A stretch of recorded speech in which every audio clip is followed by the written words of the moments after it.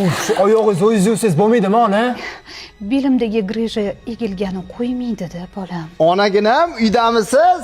Sochingiz oqargan, tishingiz to'kilgan, grijangiz bor, oyog'ingiz og'riydi. Sog' joyingiz bormi o'zi? Kecha kiyimlarimni ham chala yuvibsiz. Ey. Ye, aka.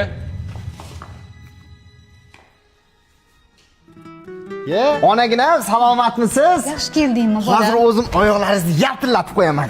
Voy, baraka topgin. Ana bo'ldi. Endi kiyimlaringizni alishtirsangiz, sizni bitta aylantirib kelaman. Xo'p, bolam. Aka, siz bilmaysiz, ona вообще injiq bo'lib qolgan. Shunaqa degin, sen ham chaqaloqligingda rosa injig'ding. Ayam 3 kunlab uxlamasdan allalab chiqardi. Lekin biror marta nolimagan. Seni kichkina deb 5 yoshinggacha qo'lidan qo'ymay ko'tarib yurdi. Hozirgi beldagi grijasi o'shandan. Tishlari homiladorligida to'kilgan.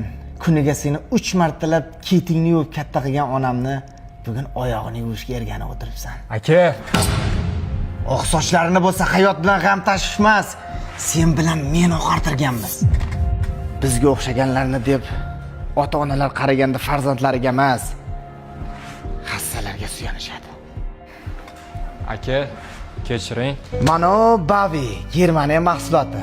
Oppoq kiyimlarni oqartiradi. Allergiyaga ham chaqirmaydi. Hozir hamma kirlarni shunday yuvyapti. Tushundim, aka. Endi onamga yaxshi qarayman. Onamni men o'zim bilan olib ketaman. Sen bundan buyog'iga buni ol. Kirlaringni o'zing xohlagandek oppoqqina yuvib, maza qilib yashaysan. Aka, Bitta narsani esingdan chiqarma. Onalar o'tgandan keyin qabriga toshmas. Tirik payti ko'ksiga bosh qo'yish kerak ukam. Onagina 1000 yil xizmatingizni qilsam ham, men uchun bedor o'tkazgan bir kechangizni haqqini ado qila olmayman deganlar bitta like bosib qo'yamiz. Onagilam, senday yaqin do'st yo'q ekan.